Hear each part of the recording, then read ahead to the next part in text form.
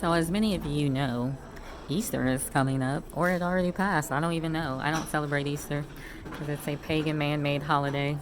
And the reason why we're not supposed to celebrate pagan man made holidays is because God told the Israelites not to mix the holy with the unholy. So, what I am finding, which, I don't know, I had a glimpse of it before, getting in these conversations with Sunday Christians. They just don't get it. They don't get it. And the reason why they don't get it is because their minds have been blinded to the truth.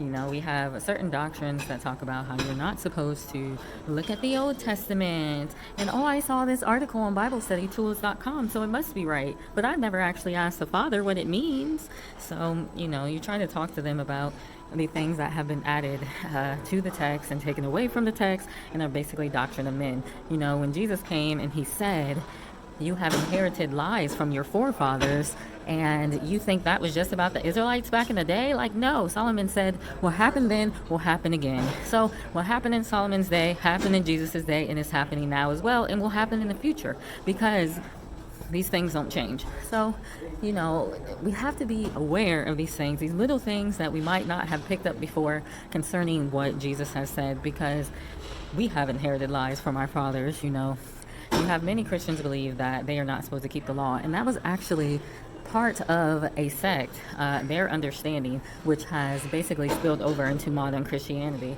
And when you start to question them about it, okay, so we're not supposed to keep the law, can I murder? Oh, that's New Testament. No, it says in the Old Testament you can't murder, and it says in the New Testament you can't murder. And just using your mind, if you're loving your neighbor as yourself, why would you murder somebody? Well, you're a Pharisee, you're telling us to keep the law, and Paul said this, and this.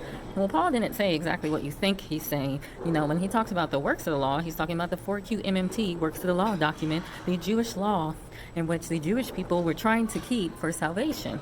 However, when Jesus came, he told the Pharisees, how come you teach commands and precepts of men as if they are the law of God? So when you're celebrating things like Easter and you're celebrating things like Christmas and you're saying this is Christianity, you are actually not doing anything different than what the Pharisees did. You are literally teaching precepts of men as if they are the commands of God. And that is why you have not the light of God. That's why when you come to them and you try to explain to them what the truth is, they can't understand it because that light is not there for them to understand it. The seed's not there. So I still plant the seed because some plant, some water, and God gives the increase. So it's not like it won't grow into something, but we have to be more diligent in our faith. Be like the Berean who, if someone told them something, they went to see if it's so. They didn't just cuss somebody out. And that's the thing. What is it? A fruit, a tree. I think you guys know what I'm trying to say. The fruit is going to show what kind of tree it is. And so if you're saying, you're just supposed to be loving towards people and you're never supposed to judge them, and then I go to John 7:24 that says, judge righteously, I'm showing you the truth, and you cuss me out, yet you're saying you're not supposed to judge anyone and you're just supposed to be loving, then your fruit is not reflecting, your tree. But, that's just common sense. Like, I watched a video the other day of this girl, and it's funny because this girl was the admin of one of the groups on Facebook, and she kicked me out the group because I told her the new covenant is for Judah and for Israel, not for the Gentiles.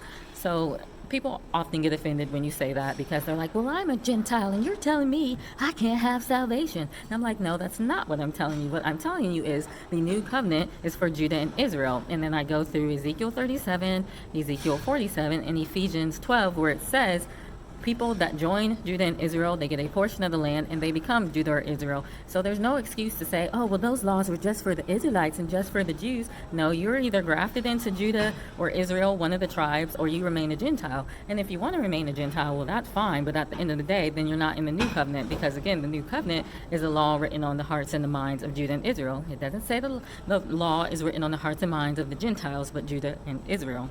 And you'll see that in Jeremiah, I think 31:33, as well as Hebrews. And so, all the text is there, but again, people just don't want to look it up. So it's not like you're neglected out of the fold. As long as you want to do the will of the Most High, then He would never neglect you out of the fold. But the thing is, do you really want to do it, or do you want to keep one foot in the world and one foot out of the world?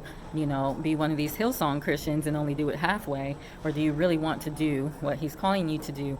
And you receive more life concerning those things as well. It's not just showing up to church on Sunday to fill a seat and you're like, okay, God, I made it to church on Sunday. Give me my blessings. That's not how it works. Like, you have to be out doing his will. So anyway, you guys be blessed and have a good one. Bye.